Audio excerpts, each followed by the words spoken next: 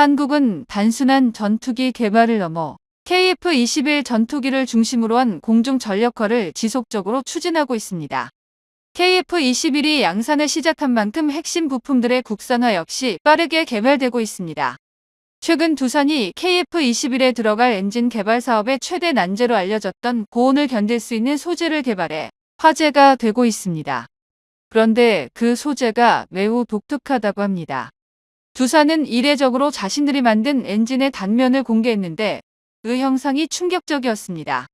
여러 가지 소재들의 유체역학적 데이터를 AI를 토대로 설계를 했는데 두산이 개발한 1680도의 고온을 견디는 소재가 나왔던 겁니다. 항공엔진 전문가들은 두산이 이렇게 개발할 수 있던 건 결코 기적이 아니라고 합니다. 후발주자인 두산 에너빌리티는 가스터빈 소재를 자체 연구하고 있는 상황에서 1680도까지 견딜 수 있는 소재를 4년이라는 시간을 대입해 찾아낸 것입니다. 이러한 연구 성과를 고도화시키면 항공기용 엔진 소재로도 활용할 수 있으며 한화 에어로스페이스와 협력할 경우 더 빠르게 국산 엔진을 개발할 수 있어 성과가 주목을 받고 있습니다. 두산 에너빌리티는 국내 유일의 소재 연구센터를 갖추고 있으며 여기에 30년 동안 지구상 모든 금속물질에 대한 물성 데이터를 축적하면서 다양한 조합으로 합금 금속을 연구할 수 있는 전용 장비까지 갖추고 있습니다. 그리고 이번 시험 결과로 인해 전투기 엔진 자체 개발이 크게 단축될 수 있을 것으로 기대되고 있습니다. 고온 소재 분야에서 강점을 가지고 있는 두산 에너빌리티와 엔진 통합의 강점을 가진 한화 에어로스페이스, 국과연이 손을 모아 KF-21 엔진 어벤져스가 구성될 것으로 예상됩니다.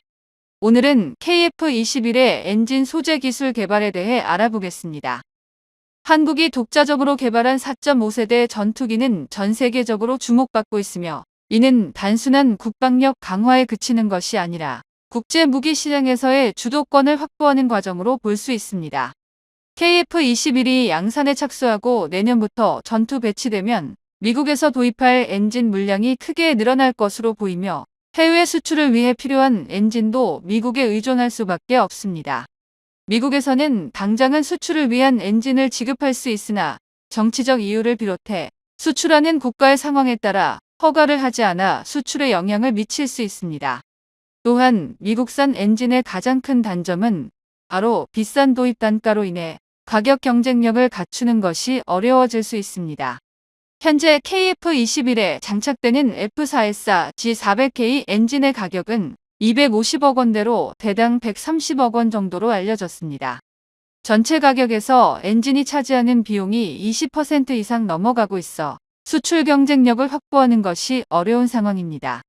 그렇기에 국방과학연구소에서는 엔진 개발 사업에 사활을 걸고 있으며 올 초 새로 등장한 무인 전투기를 비롯해 가오리 X2 스텔스 전투기를 기반으로 하고 있습니다.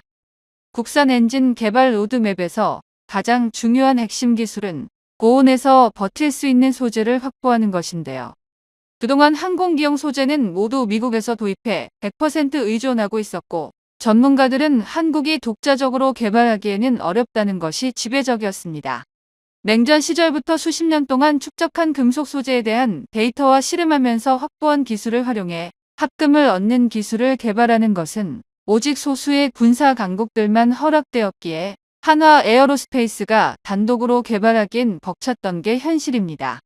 특히 미국은 냉전 시절 러시아로부터 티타늄을 수입해 스텔스 폭격기를 개발했었고 이를 재련하고 합금으로 개발하는 능력을 보유한 미국만이 마하3으로 비행해도 녹지 않는 항공기 소재를 개발할 수 있었습니다. 해당 소재 기술은 티타늄을 많이 확보한 구소련 역시 개발하지 못하였고 그 결과 미국과 항공산업에서 기술적 차이가 벌어지게 된 원인이 되었습니다. 그렇기에 KF-21에 국산 엔진을 개발한다고 선언했던 당시 항공 전문가들은 초고온을 버틸 수 있는 소재를 개발할 수 없었던 한국이 엔진 개발에만 최소 30년의 장벽이 있을 것이라고 했던 것도 이 소재 때문이었습니다. 그러나 두산 에너빌리티가 자체 연구소를 활용해 특수 소재 개발에 성공하면서 가장 중요한 단계의 벽을 부셨다는 것을 알 수 있습니다. 두산 에너빌리티의 핵심 연구 조직으로 소재연구소가 있습니다. 소재연구소는 발전 및 플랜트 산업의 기초가 되는 첨단 금속 소재와 부품의 연구 개발을 담당하는데 주단조 제품의 신소재 및 고성능 합금 개발을 주도합니다. 또한 30년간 쌓아온 국내 유일의 소재 데이터베이스를 확보하고 있는데 3D 금속 프린터를 통해 시험용 소재를 생산할 수 있는 능력을 갖추고 있습니다. 여기에 클리프라는 특수 시험 장비를 개발해 수백 대를 보유하고 있는데 새로운 소재를 개발하는 데 필요한 시험 검증이 가능합니다. 이를 통해 실제 항공기 엔진에 적용할 경우 문제가 발생하는 것을 원천적으로 줄일 수 있는데요. 두산이 보유한 크리프 시험 장치는 총 200여 대로 이 장비가 중요한 이유는 새로 개발된 금속을 장기간 시험할 수 있기 때문입니다. 두산이 개발한 1680도에서 견딜 수 있는 합금 소재는 3D 프린터로 C제품을 만들어냈습니다. 그리고 약 4년간의 시간을 테스트할 수 있는 장비인 크리프 시험 장치로 하중을 가하면서 발생하는 금속 변화를 측정할 수 있었기 때문에 가능해졌습니다. 해당 장비는 항공기의 소재 성능을 실험실 단계에서 극한의 조건을 구현시킬 수 있는데요. 두산은 가스터빈 엔진 개발 사업에 뛰어들면서 소재 연구소를 가장 먼저 창설했는데 각종 시험 장치 등을 자체 개발해 작은 금속에 대한 특성을 알아볼 수 있는 모든 시스템을 갖추고 있으며 국내에서는 유일하게 금속 소재 연구센터를 운영하고 있습니다. 두산그룹은 가스터빈 엔진 시장에 본격적으로 진출하면서 소재 연구 기술을 적극적으로 활용했으며 1,500대 이상에서 버틸 수 있는 금속 소재 개발에 집중해 상용 가스터빈을 완성하는 데 큰 역할을 했는데요. 기에 만족하지 않고 첨단 전투기에 적용하는 엔진에 필요한 1680도짜리 특수 금속 확보했는데 이는 현재 KF-21에 장착된 미국산 F414 엔진과 동등한 성능을 내고 있습니다. 제너럴 일렉트릭에서 개발한 F414 엔진은 KF-21뿐만 아니라 슈퍼호넷과 그리펜 전투기 최신형에 장착되는 베스트셀러 엔진인데요. 미 공군의 대표 스텔스기인 F-35의 엔진은 F-135로 터빈 입구 온도가 1980도까지 높일 수 있습니다. 하지만 F-35가 F터버너를 가동하면 높은 온도로 인해 엔진이 녹아버릴 수 있기에 일정 시간만 활용하도록 교육하고 있습니다. 미국에서도 약 1800도의 고온에서 견딜 수 있는 금속 소재를 확보했다는 걸 보면 두산에서 개발한 소재가 얼마나 대단한지 알 수 있습니다. 두산이 확보한 전력 1680도에서 사용할 수 있는 금속은 미국이 개발한 F404 엔진보다 높은 온도로 1500도에서 가동되는 FA-50 경전투기 엔진보다 높은 성능을 낼 수 있는 기반을 갖추고 있습니다. 전투기의 엔진을 개발하는데 두 가지 핵심 요소가 필요한데요. 한화 에어로스페이스는 바이패스 기술을 가지고 있으며 두산 에너빌리티에서는 소재 기술을 가지고 있으니 2030년 선보일 국산 엔진은 두 기업의 기술력이 서로 조화를 이뤄낸 국산 엔진을 볼 수 있을 것입니다. 두산그룹은 30년 동안 소재 기술을 축적하게 된 배경으로 원재료 사업을 오랫동안 유지하면서 소재 기술력의 중요성 알고 있었는데요. 연구소와 관련된 인력들을 집중적으로 육성한 것이 항공기용 엔진 개발에 큰 도움이 되고 있습니다. 금속 소재의 물성을 파악하고 설계하는 데 필요한 합금 기술이 요구되기 때문에 해외에 의존할 경우 경쟁력을 확보할 수 없어 1990년대부터 꾸준히 기술을 축적했습니다. 두산그룹은 내열 소재의 가공성을 높이기 위해서 3D 프린터를 적극 활용해 부품을 개발한 기술에도 집중하고 있습니다. 두산이 3D 프린트를 사용하는 이유는 내열 소재를 개발한다고 해도 기존의 기술로는 가공이 어렵다는 문제가 있습니다. 국내 유일의 특수 금속 소재들은 내구성이 높아 기존의 절삭 공구로 형상을 가공하기가 어렵고 생산 단가도 크게 높아지는 부작용이 있기 때문에 3D 금속 프린터로 항공기 부품을 제작하는 기술 개발 역시 병행하고 있습니다. 3D 프린터를 이용할 경우 기존의 가공이 어려운 냉각 장치를 부품 속 미세하게 설계할 수 있어 시간과 생산 비용을 크게 단축할 수 있기 때문인데요. 두산 에너빌리티는 기존의 구축한 인프라 기술 인력을 활용해서 국가연이 추진하고 있는 엔진 개발 사업을 빠르게 진행한다는 계획인데 1만 파운드급 엔진 개발을 빠르게 추진하고 있습니다. 두산 에너빌리티는 최근 380메가와트급 가스터빈 엔진을 개발해 시험하는 데 성공했는데 해당 기술을 활용해 엔진의 내구성까지 시험할 수 있는 기술을 자체적으로 확보했습니다.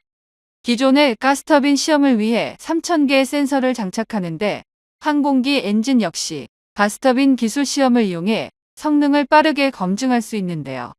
그러나 전투용으로 사용되는 항공기 엔진은 버드 스트라이크나 가망 인증이 더 필요하기에 복잡한 시험을 추가로 거쳐야 하지만 국산 엔진을 확보하는데 기존 설비와 기술력을 활용해 빠른 개발이 가능할 것입니다. KF-21 개발 때도 결국 시제기 비행 테스트까지 오는데 적지 않은 난관이 있었던 만큼 국산 엔진에 역시도 인내심이 필요합니다. 그럼에도 대한민국이 걸어나갈 이 길은 단순한 기술 도전을 넘어 새로운 국방 패러다임을 여는 작업이 될 가능성이 큽니다. 과거 중국이 수십 년을 투자해도 해결하지 못했던 엔진 국산화 숙제를 한국은 더 짧은 기간에 달성할 수 있을지 전 세계가 주목하고 있습니다. 다음은 FA-50 경전투기의 단좌형 영상입니다. 한국의 집념이 또다시 세계인들의 관심을 불러일으키고 있습니다. 전투기 시장에서 베스트셀러로 등극하기 직전인 FA-50 전투기를 단좌형으로 개발하기 위한 시뮬레이터 조종실 제작을 시작한 것으로 알려졌기 때문입니다. 그동안 유력했던 후방 좌석에 연료 탱크를 내장하는 방식이 아닌 완전 새로운 기종으로 개발한다는 것인데요. 처음 FA-50 단좌형을 개발한다고 했을 때 중국을 비롯해 일본에서는 그저 단순히 개발비 절약을 위해 후방석을 그대로 두고 좌석과 전역 패널을 드러내 전용 연료 탱크를 개발해 장착하는 방식일 것으로 추측하기도 했었습니다. 실제로 이런 방식의 단좌형 전투기를 개발하는 것이 가장 저렴하기도 합니다. 하지만 명품 전투기 KF-21을 개발해 성공적으로 전투기 시장에 입성시킨 카이에서는 새로운 도전을 시작해 전 세계를 놀라게 만들고 있습니다. 오늘은 한국이 새롭게 선보일 FA-50 전투기의 단좌형인 F-50에 대해 알아보겠습니다. 한국항공우주산업에서 FA-50을 설계하던 초창기에 실제로는 외부에 알려지지 않은 비밀 테스트팀이 따로 있었다고 합니다. 공식적으로는 고등 훈련기 T-50의 확장 버전 개발 과정이었지만 내부적으로는 한국이 독자 기술로만으로 비행할 수 있는 전투기를 개발하는 프로젝트 팀이었는데요.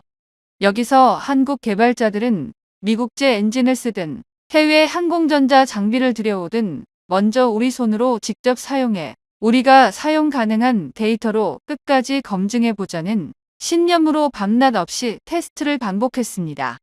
이 팀은 극히 소수 정예로 구성됐고 공장 구석에 작은 비공개 연구실을 만들어두고 별도의 시뮬레이션 프로그램을 돌렸습니다.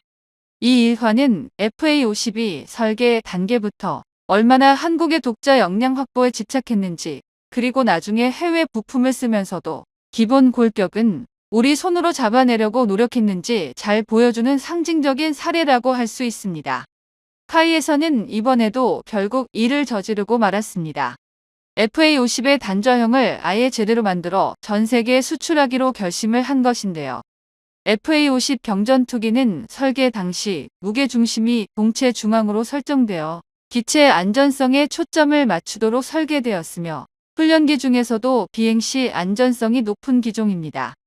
그렇기에 앞서 언급했듯이 FA-50의 후방 좌석에 연료 탱크를 내장하는 방식이 된다면 무게 중심이 바뀔 수밖에 없고 그렇게 된다면 비행 시 안전성을 해칠 가능성이 높아집니다.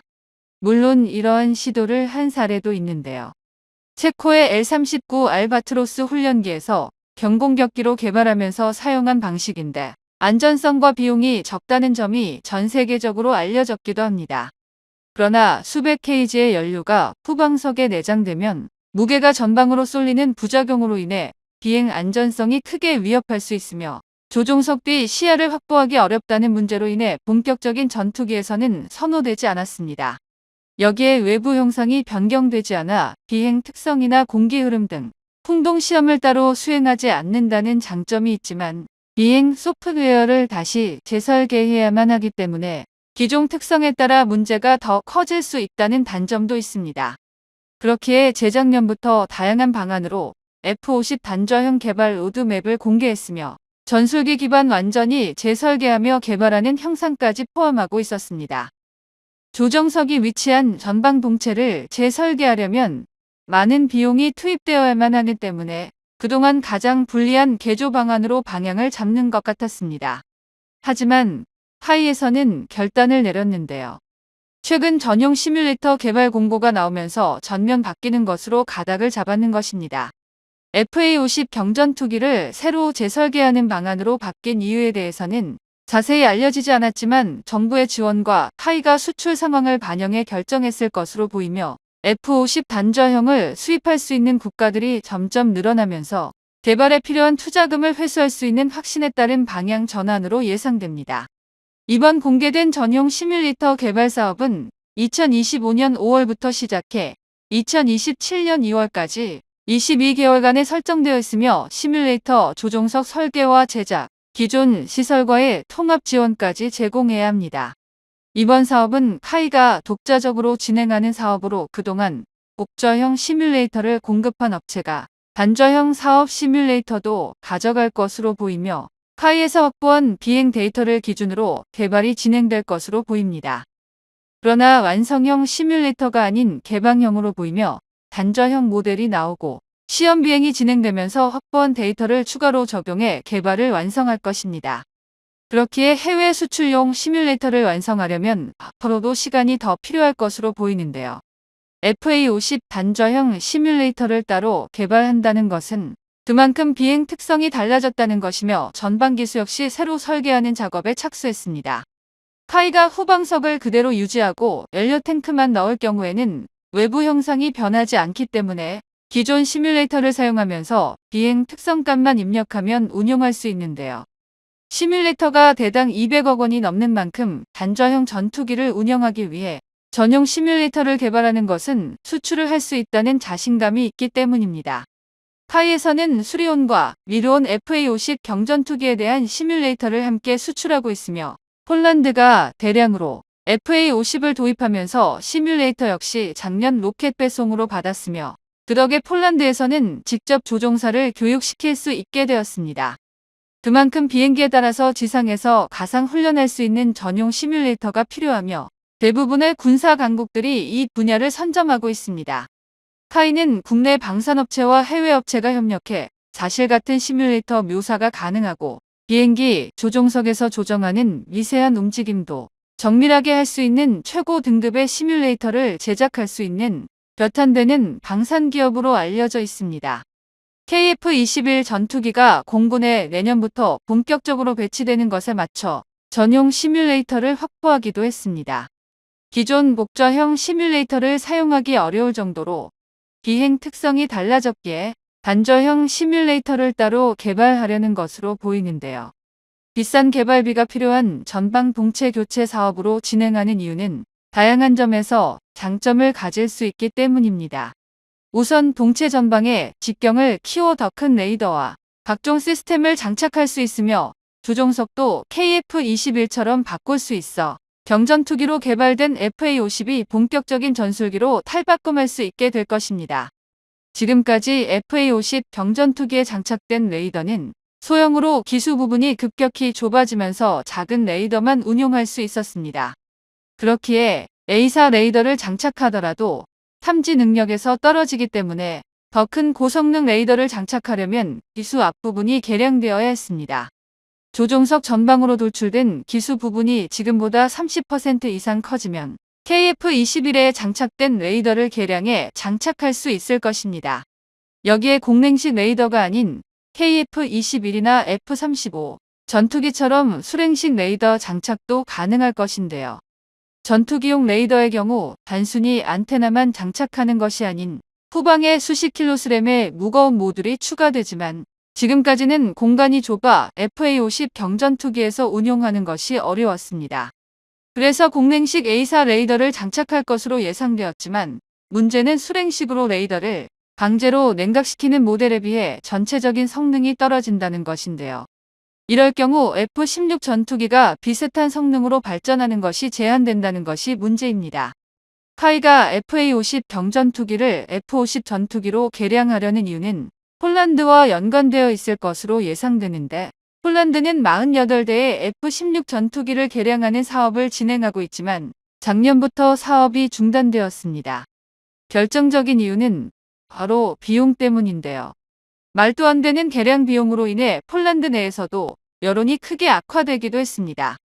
미국에서 F-16 전투기 48대를 개량하는데 10조 원을 요구했기 때문입니다. 게다가 트럼프가 돌아오면서 가격이 더 높아질 가능성이 있는데요.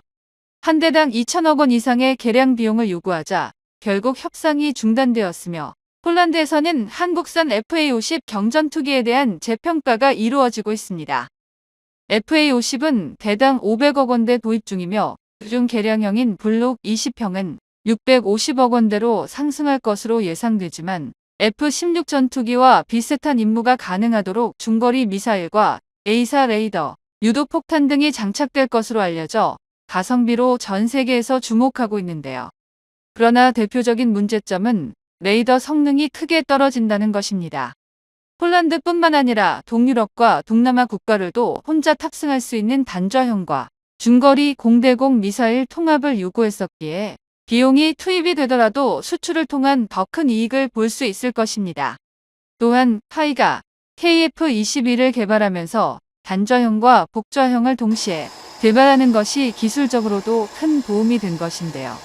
현재 KF-21은 2대의 복저형과 4대의 단저형 전투기가 시험 비행에 참가하고 있으며 단저형을 설계하면서 확보한 데이터와 실제 비행이 이루어지면서 확보한 데이터를 일치시키는 작업을 진행하고 있습니다. 그렇기에 단저형 F-50을 개발하지 않아도 설계만으로도 어느 정도의 비행 특성 데이터를 통해 첨단 시뮬레이터 개발이 가능해질 것입니다. 우리 공군에서 도입하는 60여 대 FA-50 경전투기도 임무에 투입될 때는 한 명의 조종사만 탑승하는 것으로 알려져 단저형에 대한 수요가 더 높았던 상황입니다. 기수 부분이 새롭게 설계된 단저형으로 개발할 경우 다양한 항전 장비를 추가로 전방 기수에 운영할 수 있어 항공 전자장비도 크게 개선될 예정인데요. KF-21 사업을 진행하면서 국내 방산업체가 참가해 다양한 항전 장비와 전자전 시스템 등이 추가로 확보되었으며 이러한 장비를 F-50 단저형에 적용할 경우 생존성과 전투 능력이 향상될 수 있습니다. 전투기의 경우에는 엔진이 후방에 위치하고 있어 무게 중심을 맞추려면 전방에 무거운 시스템 등을 설치하는 방식으로 균형을 맞추기 때문에 새로 개발된 항전 장비들이 추가로 적용될 수 있습니다. 과거 로키드 마틴이 FA-50 경전투기를 재설계하면서 기수 부분을 좁게 설계한 문제점을 개량할 수 있다는 것도 중요할 수 있습니다. 재작년 단저형으로 새로 기수 부분을 설계할 경우 1조 원까지도 사업비가 필요할 것으로 평가되었지만 KF-21이 2년 만에 1,000소티 이상 시험 비행에 성공한 것은 단저형인 F-50이 완성되었을 때 시험 비행에 큰 소모를 하지 않더라도 시뮬레이션으로 대체가 가능하게 될 것입니다. 그동안 FA-50의 수건이었던 단저형 모델 개발이 추진되기는 어려웠지만 폴란드 수출과 함께 KF-21 개발에 성공하자 F-50 단저형을 선보이게 될 것입니다.